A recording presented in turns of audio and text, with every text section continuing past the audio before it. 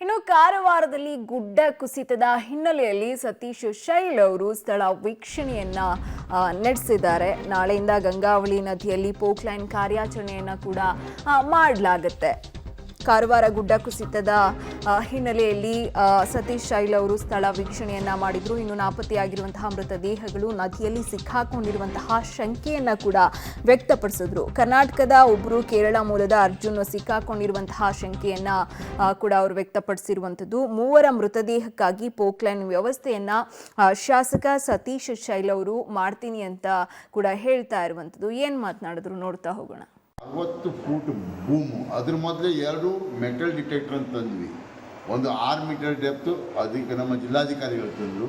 ಆಮೇಲೆ ನಾನು ಬೆಂಗಳೂರಿಂದ 10 ಮೀಟರ್ ತನಕ ಡಿಟೆಕ್ಟರ್ ತಂದೆ. ಆದರೆ ಇಲ್ಲಿಯ ಡಿಟೆಕ್ಟರ್ ಅಂದರೆ ಏನು?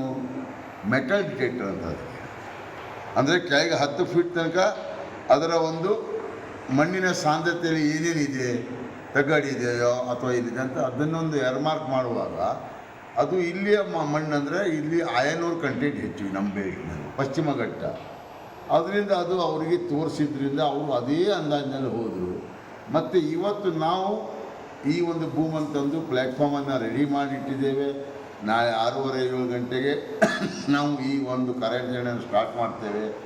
ಅದರ ಒಟ್ಟಿಗೆ ನಾವು ದಿಲ್ಲಿಯಿಂದ ಒಂದು ರಡಾರನ್ನು, ಒಂದು ಏನು ದ್ರೋಣನ್ನು ಸಹ ತರಿಸ್ತಾ ಇದ್ದೇವೆ. ಆ ದ್ರೋಣ್ ನೀರಿನಲ್ಲಿ ಸಹ ಕೆಸರಿದ್ರೂ ಸಹ ಕಂಡುಹಿಡಿಯುವಂಥ ದ್ರೋಣ್ ಇದೆ, ಅದನ್ನು ಸಹ ತರಲಿಕ್ಕೆ ಪ್ರಯತ್ನ ಮಾಡ್ತಾ ಇದ್ದೇವೆ.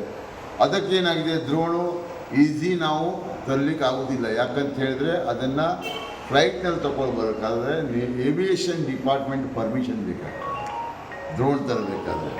ಅದನ್ನು ಸಹ ಸರ್ಕಾರದಲ್ಲಿ ಇವತ್ತು CM ಅವರ PSIಗೂ ನಾನು ನಿನ್ನೆ ಸಂಜೆ ಹೇಳಿದ್ದೇನೆ. CM PS ಪ್ರಭಾಕರ್ ಹತ್ರ ಮೆಸೇಜ್ ಕಳಿಸಿದ್ದೇನೆ.